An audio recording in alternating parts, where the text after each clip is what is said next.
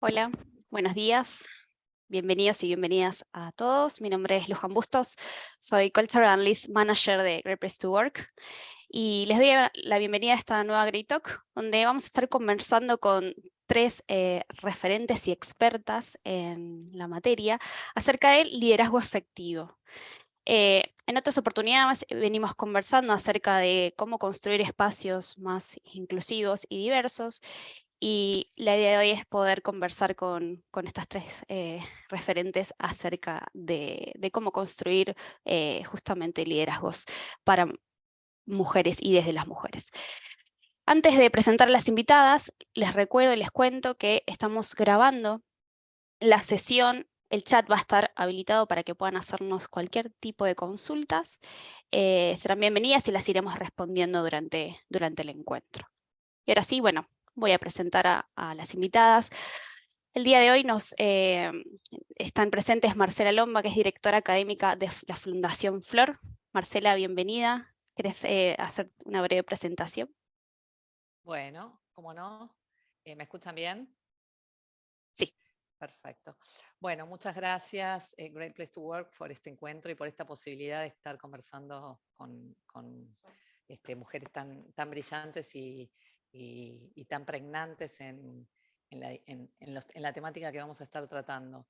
Yo vengo de Fundación Flor, donde soy directora académica desde hace ya unos 3 o 4 años y previamente en mi formación como licenciada en Historia y licenciada en Administración, siempre tuve esa inquietud de dónde me pongo, que es un poco la inquietud que muchas veces nos lleva también a las mujeres a preguntarnos cuál es nuestro lugar. Trabajé 15 años en el ámbito corporativo en el mundo del petróleo, en Petrobras y Prescompan. Después dirigí durante 4 o 5 años la maestría en negocios en San Andrés, en la Universidad de San Andrés. Y desde el 2018 estoy formando parte de una consultora que cofundé, especializada en temas de transformación cultural. Y, por supuesto, en Fundación Flor, ayudando desde lo académico con todo lo que tiene que ver con los contenidos de los programas que hacemos y la elección de los docentes y facilitadores y aprendiendo mucho. Gracias, Marcela, bienvenida. Nos acompaña también Lorena Gregory, que es Talent Director en EY. Hola, Lore, bienvenida. Hola, ¿qué tal, Luján? Buenos días a todos. Es un placer estar acá. Muchas gracias por la invitación, Great Place to Work, y también compartiendo con colegas referentes. Yo trabajo en EY Argentina, estoy a cargo del área de recursos humanos. Hace 17 años que trabajo en la firma. Y hace casi 30 años que trabajo en recursos humanos, en el ámbito corporativo siempre. Previo a EY trabajé 12 años en la industria de bancos. Y bueno, 17 años que estoy en EY y casi 10 liderando el área de talento. Para quienes no conocen EY, EY es una empresa de servicios profesionales que brinda servicios de auditoría, impuestos, consultoría y transacciones. Somos una firma global que estamos en los 5 continentes, estamos en 150 países y tenemos unas 700 oficinas en todo el mundo. Somos aproximadamente 360.000 empleados en todo el mundo. Y en Argentina somos 2.000 personas que trabajamos en Buenos Aires y en Córdoba. Y contamos también con un Shared Services Center que brinda servicios al exterior, que son aproximadamente 2.300 personas. Yo lidero lo que sería la práctica local acá de Argentina. Así que bueno, ese es un poco el resumen. Increíble, Lore, bienvenida. Y por Gracias. último, Aldana Fernández de Córdoba, es Country Manager de Great Place to Work Bolivia. Hola, Aldana, bienvenida. Hola, buenos días a todos. Muy contenta de estar en este espacio. Me acaba de presentar Luján como Country Manager de Great Place to Work Bolivia. Llevo 20 años en la gestión de talento humano. Me gustan muchísimo los temas de equidad de género y considero que desde muy niña siempre he luchado por estos temas de equidad y ahí contándoles algunas anécdotas recuerdo muy chica, tenía apenas 10 años, Y mi mamá me decía, hija, anda a tender la cama a tu hermano, ¿no? Le decía, mamá, pero ¿cómo le voy a tender la cama a mi hermano si él tiene también las dos manos y puede hacerlo por sí misma? Lo cuento solamente como anécdota porque ahí me daba cuenta cómo hay cosas muy arraigadas cuando hablamos de temas de género, ¿cierto? Así que muy feliz de poder estar en este espacio junto a ustedes. Yo pertenezco a varias agrupaciones también de mujeres. Una de ellas es More Latinoamérica, otra es Lean In, que también está en Bolivia, y Fundación Iguales, que es una agrupación de mujeres en Bolivia. Desde ese lugar también escribo muchos textos en torno a equidad, igualdad de oportunidades, y creo que este tema me apasiona porque considero que es la manera en la cual las organizaciones y el mundo entero puede progresar, en la forma en cual podamos lograr mirarnos a todos por igual y darnos oportunidades a todos por igual. Así que los felicito por esta maravillosa oportunidad y muy agradecidas de compartir el espacio junto a Marcela y a Lorena. Gracias, Lana. Qué linda reflexión y sin dudas es algo que nos atraviesa, ¿no? Es una anécdota muy, muy propia de lo que nos sucede a las mujeres, ¿no? Y en línea con eso, me gustaría iniciar la conversación justamente preguntándoles, sin dudas hay muchos desafíos en lo que tiene que ver con liderazgo, sobre todo con perspectiva de género y femenino, pero ¿cuáles creen que son los desafíos actuales frente a la posición de las mujeres en cargos de liderazgo? Hoy en día, ¿cuáles son los principales desafíos? Y para eso, bueno, para iniciar la conversación, invito a Marcela, si quiere, desde su perspectiva, desde la fundación, cuál es la situación, cómo lo ve.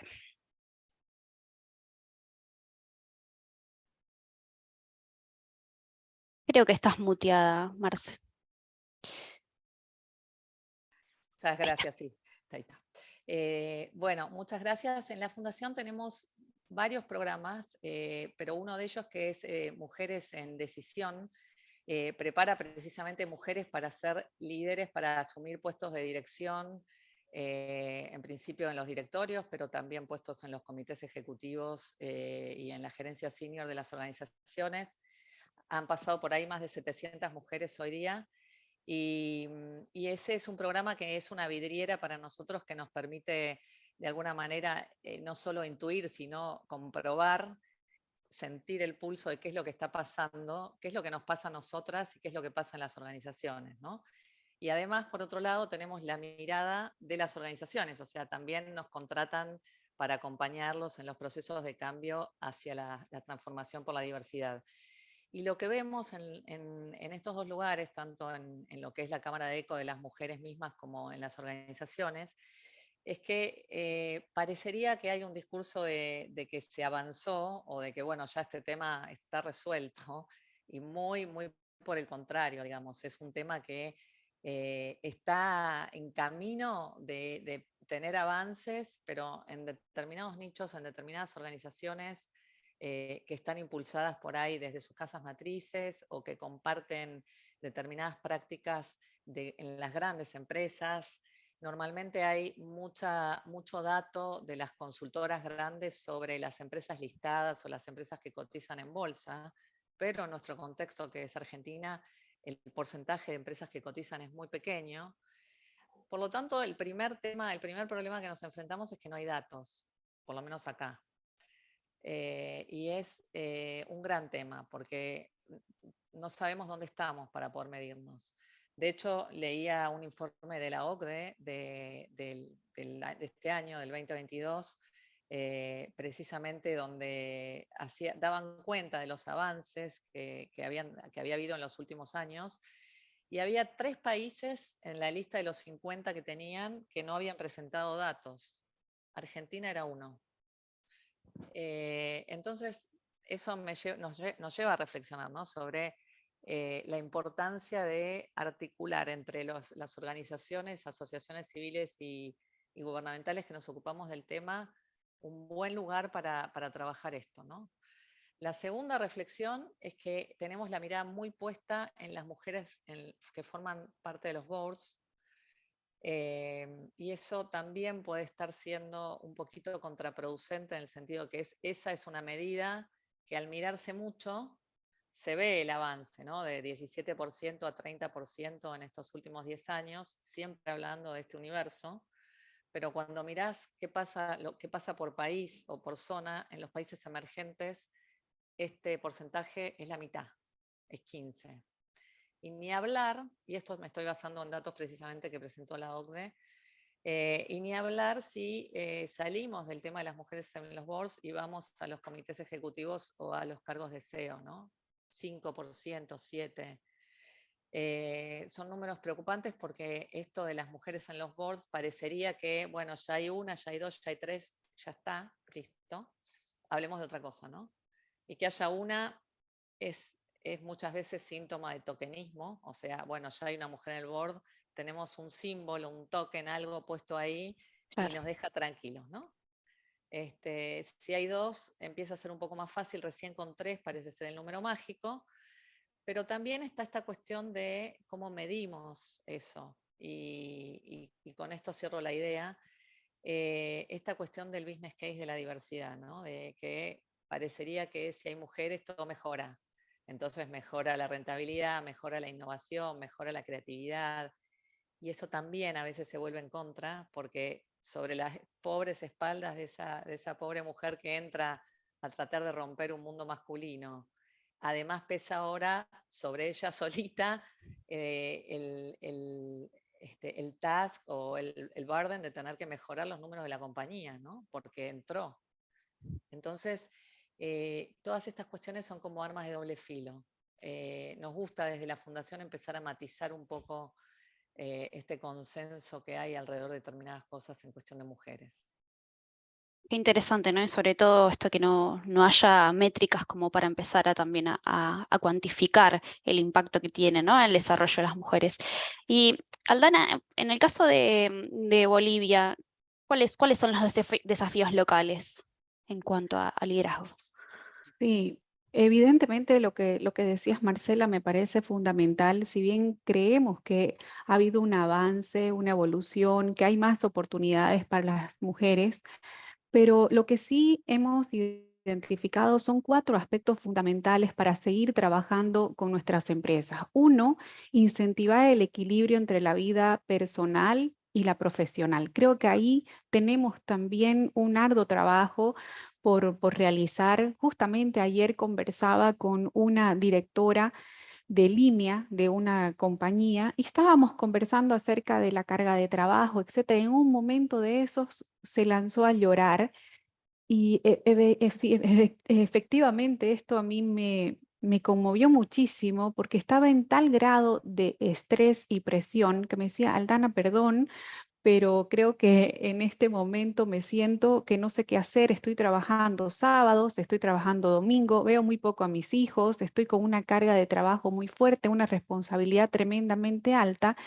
y me estaba hablando desde un lugar que también es un buen lugar para trabajar. Estamos diciendo, estamos generando buenos entornos laborales, pero a veces no estamos poniendo foco en algo que es tremendamente fundamental, como es el tema de equilibrio. Lo mismo me pasó en la pandemia. Una organización me llama y me dice, Aldana, quiero que comiences a trabajar con esta líder, una líder excelente y que de pronto había estado cometiendo muchísimos errores y me dice, no sabemos qué es lo que le pasa. En la primera sesión de conversación con ella me dice, mira, yo tengo una bebé muy pequeñita, soy madre soltera, a mi bebé siempre la llevaba a la guardería y ahora que estoy en pandemia no hay quien la atienda, por lo tanto yo trabajo de noche. Hay ahí algunas conversaciones que han estado pendientes, ¿no es verdad?, para no entendernos de la realidad por la que están pasando nuestro personal. Así que un punto fundamental considero que sigue siendo el tema de cómo acompañamos para que las personas, y en este caso personas, mujeres, hombres, puedan lograr ese sano equilibrio entre la vida personal y la profesional. Un segundo punto, Luján, te diría, es apoyar el desarrollo integral de la mujer. ¿Qué es lo que hemos visto? Que de pronto sí se están dando mejores oportunidades para las mujeres, pero leyendo varios informes acerca de esto, a veces lo que imposibilita el crecimiento de la mujer y el sostenimiento en cargos de mayor exposición, a veces son temas propios, ¿no? En este caso te digo de temas de autoconcepto, autoestima, seguridad personal, sentimientos de culpa, miedos intensos. Ahí leía yo a Pilar Jericó una afirmación que me gustó muchísimo, que dice: el miedo es la gran barrera para el desarrollo de las mujeres profesionales. Así que trabajar también estos temas dentro de los lugares de trabajo podría ser muy importante. Un tercer punto es seguir generando espacios al interior de las organizaciones para conversar sobre estereotipos, prejuicios, estos temas arraigados que forman parte de nuestra educación, temas de cómo generamos los ascensos dentro de la organización, cómo definimos las funciones, temas de favoritismo. Y un cuarto punto, Luján, tiene que ver con cómo propiciamos que las mujeres hoy ocupen puestos que están relacionados con el core del negocio, porque también lo que hemos estado investigando es que las mujeres sí están teniendo mayor presencia en las organizaciones, pero muchas de ellas en posiciones que son de soporte y de apoyo, y no necesariamente ligados al core del negocio. Así que esos serían los 4 puntos que podría compartirte. Sin dudas de alto impacto, y en el sentido de equilibrio vida personal laboral, cuando pensamos en mujeres propiamente o personas que cuidan, vamos a hablar de personas que cuidan, atraviesan las tareas de cuidado, y eso también se relaciona, ¿no?, con el desarrollo de las personas que cuidan. Lore, en el caso tuyo, de tu experiencia, ¿cuáles son los desafíos que puedes observar? Bueno, yo puedo contar la experiencia que venimos transitando en Iguay desde que pusimos el tema sobre la mesa. Retomo un poco lo que contaba Marcela, que no hay datos, y retomo también después todo lo que dijo Aldana. Me viene bien como para resumir. Y nos pasaba eso. Nosotros empezamos aproximadamente en el 2015 a trabajar el tema de género, porque estábamos viendo que no teníamos mujeres en posiciones de liderazgo, lo que nosotros llamamos socias o partners y associate partners, que son como el nivel de liderazgo más alto que tenemos en la firma. Y lo que veíamos era que no teníamos mujeres en posiciones, por ejemplo, en el comité ejecutivo local, o no teníamos mujeres en el comité ejecutivo regional, no teníamos mujeres que lideraran alguna de las service lines que tenemos, de las 4 que tenemos. Y esto empezó a hacer ruido, inclusive porque perdíamos talento. Y a partir de ahí es que empezamos a medir, empezamos a mostrar datos. En ese momento teníamos en las posiciones de partner y associate partner, teníamos un 8% de mujeres en una empresa que siempre tuvo un 50% de nómina femenina en todos los ranks. Entonces, Claro. lo primero que hicimos fue esto, empezar a poner números, a ver los números. Y cuando vos mostrás los números, y sobre todo mostrás los números al liderazgo, es muy difícil que el liderazgo mire para otro lado, o que al menos no se autoconvoque a la reflexión o a un proceso de autocrítica, ¿no? Cuando vos mostrás los números y ves la realidad, bueno, tenés que hacer algo y tenés que generar acciones para mejorarlo. Entonces ese fue el primer paso, sentarnos a hablar por qué, o sea, hacer como bueno, ponernos sinceros y decir qué está pasando, estos son los números. Empezamos a hacer varias reuniones y focus groups con las mujeres, a revisar mucho más en profundidad y orientados en las entrevistas de egreso. Y nos dimos cuenta que en el rank que es proveedor de las promociones a estos ranks de partner y associate partners, no teníamos mujeres. Ese rank es el rank de senior manager. Veíamos que en ese rank de senior manager no teníamos como ese supply que le decimos nosotros, que es para después promover a socias y directoras. Y entonces empezamos a trabajar sobre cómo generar el pipeline para esas posiciones. También empezamos a trabajar muchísimo en temas de sponsoreo de esas mujeres y en prácticas de retención, porque también veíamos que las mujeres llegaban a un rank de manager y a partir de ahí empezaba a caer, empezábamos a perder talento para que sigan creciendo hacia el rank siguiente de senior manager, y esto estaba muy relacionado con los temas de maternidad. Generalmente la carrera a manager coincide un poco con el momento biológico de la mujer en que tiene hijos, y veían que no era compatible la carrera de la firma con su vida personal y su vida familiar. Entonces, bueno, empezamos a ver todas estas cuestiones y a partir de ahí empezamos a generar distintas acciones como revisar nuestras políticas, generar más flexibilidad. Por eso decía lo que tomo un poco lo de Aldana, ¿no? Generar flexibilidad, políticas. Eso tiene que ver con la equidad, ¿no? Dar los recursos y los mecanismos para que las personas que no tienen que pasar por alguna otra situación puedan estar en una condición de igualdad frente al resto, en este caso que serían los hombres. Así que creo que el desafío mayor fue trabajar en generar un diagnóstico, mostrar los datos, mostrar la realidad, empezar a medir, a poner objetivos, medirlos y tener el apoyo y el compromiso fundamental desde el más alto nivel de dirección. Eso es fundamental. O sea, Sin el duda, es mismo un trabajo comité, colectivo.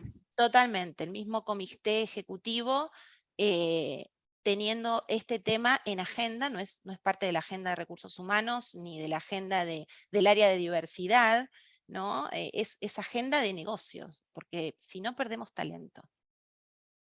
Qué interesante y bueno, cómo se correlaciona con lo que venimos conversando, ¿no? Información para poder gestionar, que quizás al interior de las organizaciones sí sucede, pero cuando uno mira para el costado, sin dudas hay muchos desafíos en cuanto a cuantificar, ¿no? A nivel mercado, cuál es la situación en cuanto al liderazgo.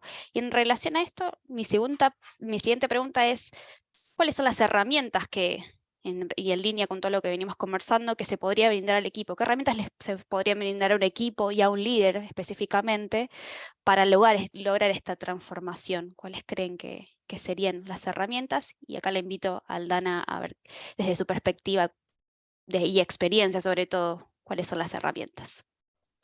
Bien, gracias, Luján. Creo que este tema de las herramientas se convierte en clave, elegir las herramientas apropiadas para medir y tener información a tiempo. Desde Great Place to Work nosotros venimos generando los rankings específicamente para mujeres, orientado a tener esta información y que las empresas puedan tomar acciones de acuerdo a la experiencia de sus colaboradores y en este caso también de la experiencia de las mujeres. En el 2021 leo un artículo publicado por Great Place to Work Colombia, justamente en torno a cuáles eran los factores más valorados por las mujeres de su lugar de trabajo. Y ahí saltan algunos elementos que me pareció sumamente interesante. Uno, el tema de la estabilidad laboral como un tema fundamental. El segundo tema, la calidad humana que se genera en el interior de las organizaciones, el trabajo en equipo y ese ambiente colaborativo. Tema de beneficios especiales, que creo que justamente Lorena hablabas de eso, ¿no es verdad? Y para conocer cuáles son esos beneficios, qué es lo que espera la gente, pues tenemos que encuestar, tenemos que preguntárselo, qué es lo que está esperando. En muchas oportunidades nosotros cuando hacemos los análisis de los ambientes laborales nos damos cuenta que hay organizaciones que tienen buenos beneficios, pero de pronto no cubren las expectativas que tienen los colaboradores. Y decimos, ¿en dónde estamos invirtiendo nuestro tiempo, nuestros recursos? Si esos beneficios de repente no son los que esperan los empleados o no están generando el impacto que en verdad estamos buscando. Por otro lado, considero que es importantísimo como herramienta de trabajo poder apoyar a los líderes y tener los canales comunicacionales que favorezcan un un liderazgo cercano a los colaboradores. En este caso, hablar de estas herramientas de comunicación que me acerca a conocer las expectativas, la necesidad de nuestros colaboradores es fundamental. Desarrollarlos con habilidades comunicacionales donde puedan tener discursos que sean inclusivos, donde ellos puedan ser capaces también de recibir las opiniones diversas, aceptar esas opiniones diversas, incluir esas opiniones también para tomar diferentes acciones dentro de los lugares de trabajo.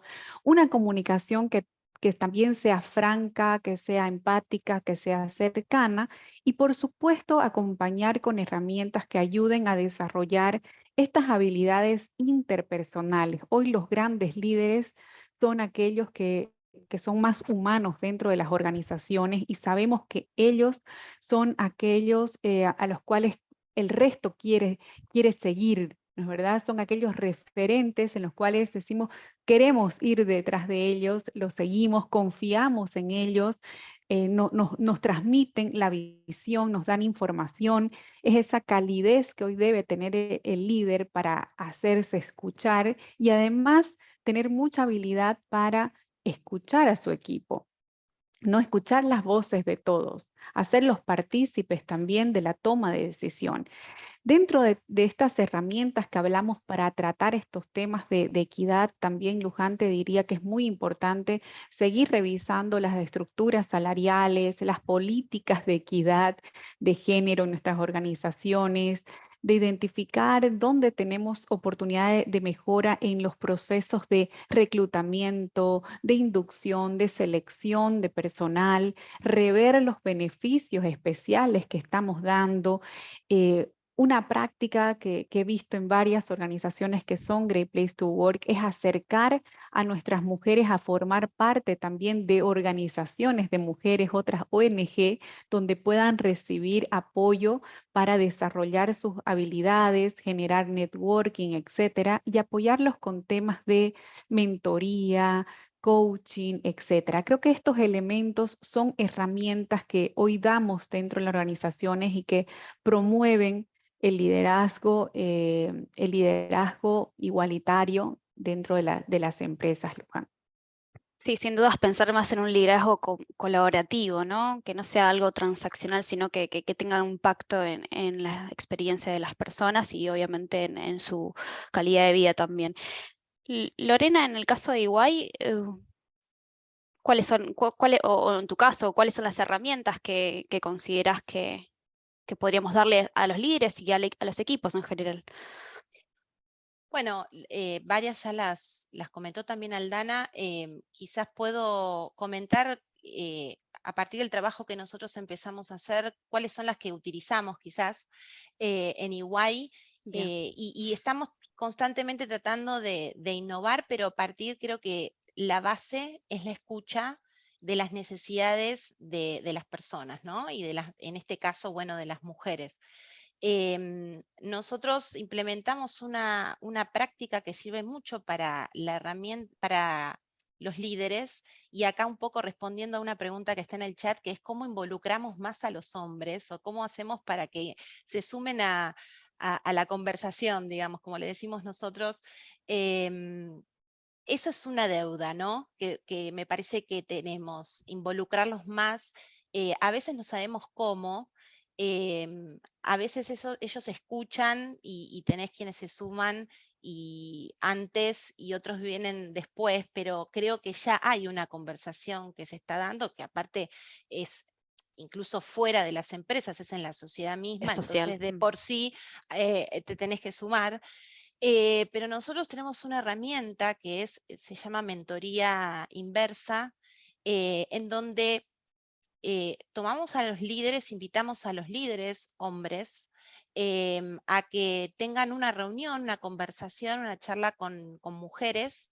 En realidad lo hacemos con distintos grupos menos representados o minoritarios, pero digamos, empezamos con mujeres y tenemos una conversación donde se hace preguntas y respuestas, aproximadamente entre 10 y 12 preguntas, y la finalidad es que el líder escuche de primera mano las preocupaciones, las necesidades que tiene ese grupo. Entonces, en realidad las mujeres contestan las preguntas y abren la conversación sobre las necesidades que tienen, temas de desarrollo, temas de oportunidades, de salarios. Es muy abierto y el líder solo escucha. O sea, esto no es un debate ni un ida y vuelta, escucha. Porque la finalidad de esto es la escucha activa de ese líder, que puede entender. Una cosa es que alguien le diga o un tercero venga y diga tal cosa, y otra cosa es que el mismo líder lo escuche de primera Totalmente. mano de las personas involucradas en la problemática. Entonces, esta acción, esta práctica es como a veces hasta reveladora para esos líderes, porque muchas veces dicen, bueno, yo pensé que esto estaba bien o ya estaba avanzado y lo habíamos solucionado y en realidad no. Y además las mujeres tienen la oportunidad de poder decir abiertamente todo lo que necesitan y a partir de ahí, como dije antes, ¿no? Cuando el liderazgo escucha y ve números y conversa directamente con las personas implicadas, es muy difícil que no se involucre, ¿no? Es muy difícil que no se genere como un compromiso y una devolución, porque después con eso que escuché tengo que hacer algo. Es un llamado a la acción, sin dudas. Totalmente, totalmente. Entonces, esto es algo que nos está dando muchísimo resultado y aparte es muy bueno para las personas que participan de los grupos y también para los líderes.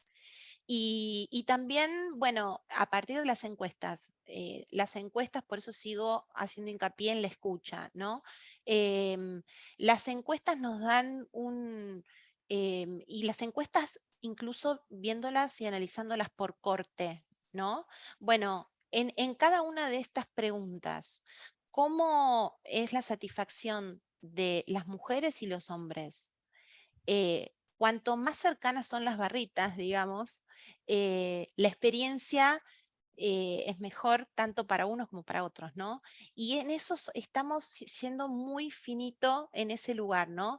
Está bien, a lo mejor tenés, no sé, 80% de satisfacción general, pero después cuando vas al corte por género, ¿cómo está? Cuando vas al corte por diversidad, por distintas diversidades, ¿cómo es la respuesta? ¿Cómo es la experiencia? Y eso también nos va dando información para poder generar acciones, generar beneficios que estén acordes a las necesidades de la gente, ¿no? Claro, la segmentación te da también el toque humano, por así decirlo, ¿no? En el sentido de a dónde tengo que atacar, cuáles son las necesidades, las oportunidades de mejora y las fortalezas también de estos grupos, Exacto. sin dudas.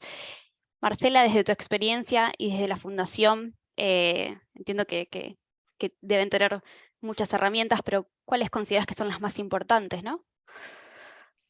Sin duda coincido bueno, con Aldana y con Lorena en la importancia de un buen diagnóstico.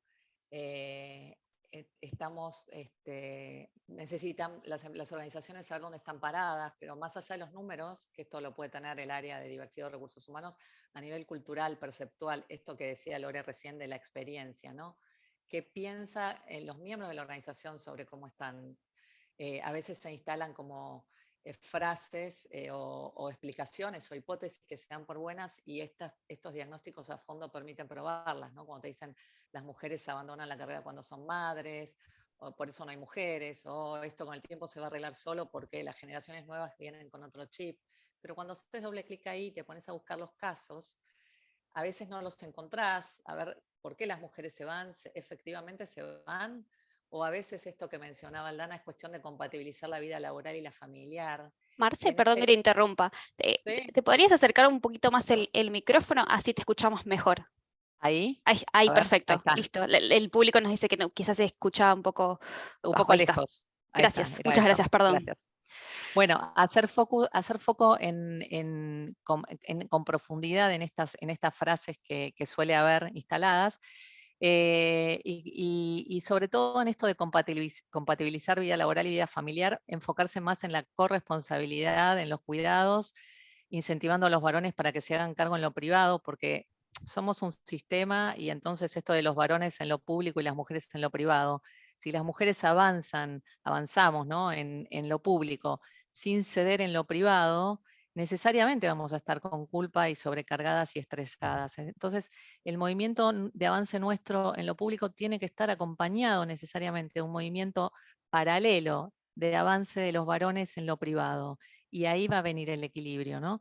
Entonces, hay un rol de las organizaciones en incentivar eso, ¿no? En no desentenderse.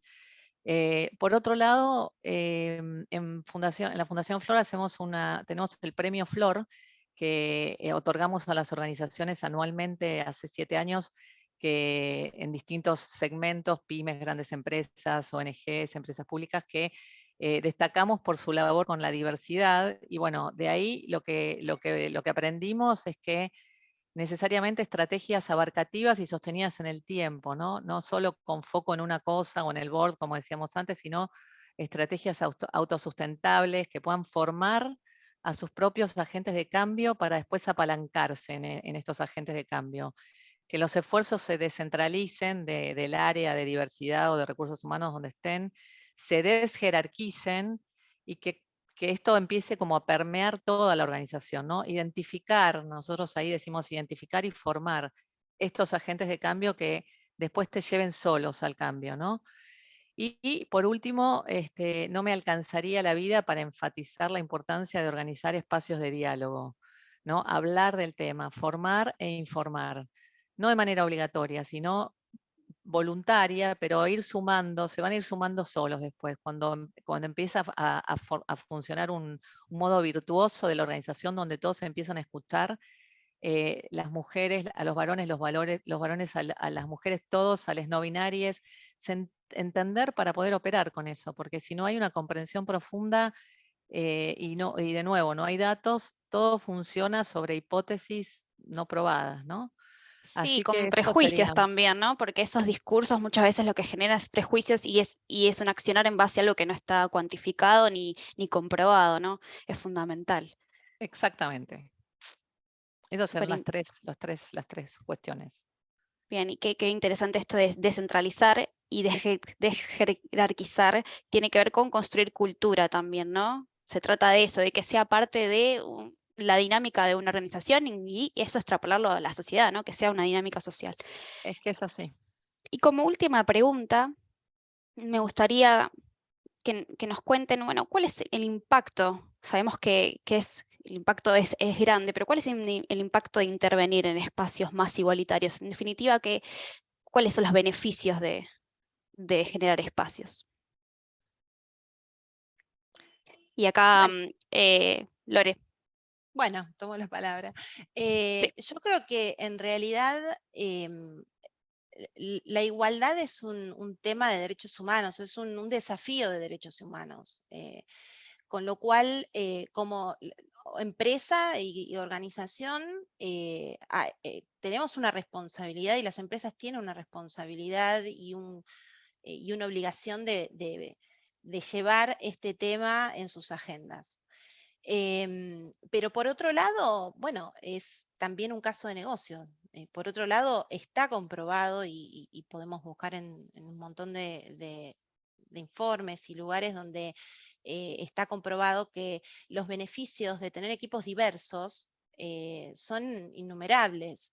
Pero creo que el mayor beneficio está en la generación de un ambiente de trabajo y una cultura donde la gente quiere pertenecer, donde las personas quieren quedarse, ¿no? Y quieren hacer sus carreras hasta donde quieran, pero donde puedan desarrollarse, donde puedan sentirse libres y se puedan expresar.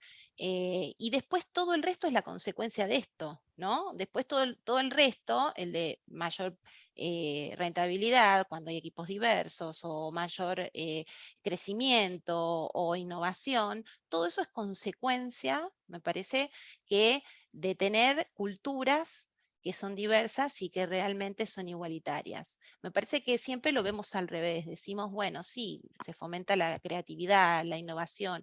En realidad, lo que fomenta la creatividad, la innovación y todo lo demás es tener una cultura que realmente es inclusiva, y que genere oportunidades e igualdad para todas las personas. Sin duda es lo más importante. Aldana, ¿qué reflexión harías?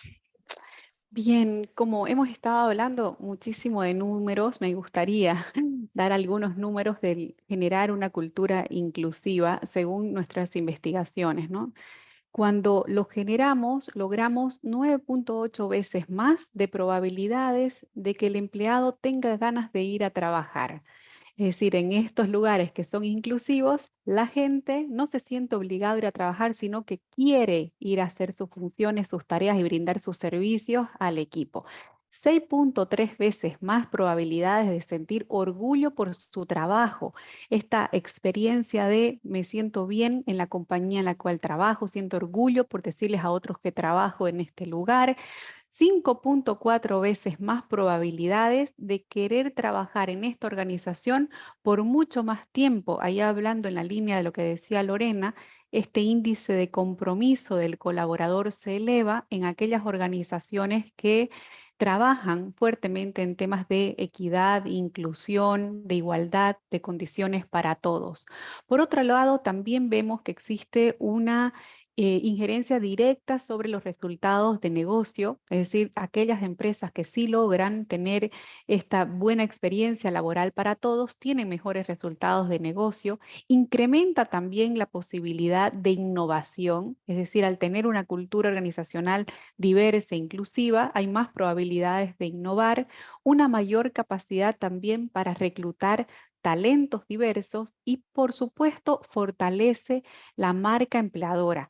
Así que desde nuestra perspectiva creemos que invertir en estas culturas que sean inclusivas, ¿no? Equitativas, donde generemos estas oportunidades, es por supuesto algo que impacta directamente en las personas, en los líderes, en las organizaciones, pero también en la sociedad.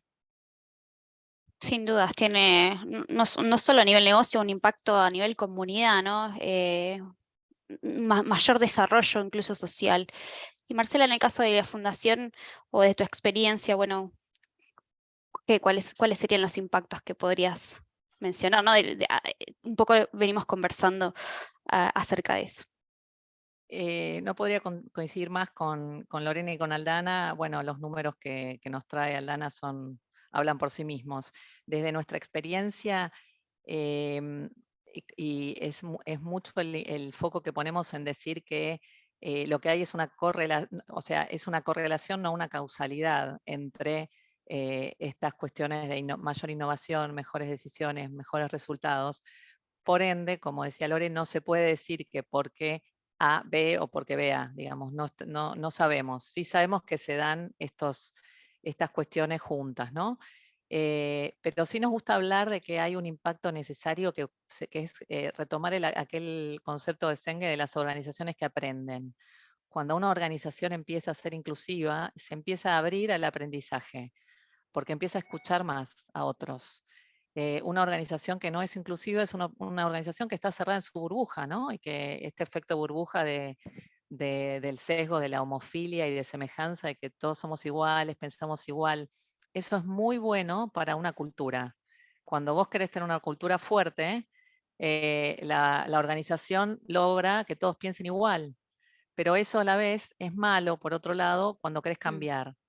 Y todo proyecto de transformación cultural hacia la diversidad es un proyecto de cambio. Entonces, necesitas como meter una cuña en esa fortaleza de la cultura para desafiarla y para desafiar las creencias, y eso es aprender. Cuando uno logra desafiar sus propias creencias y ponerse a pensar cómo lo piensa el otro. Entonces, es un proceso incómodo como todo aprendizaje.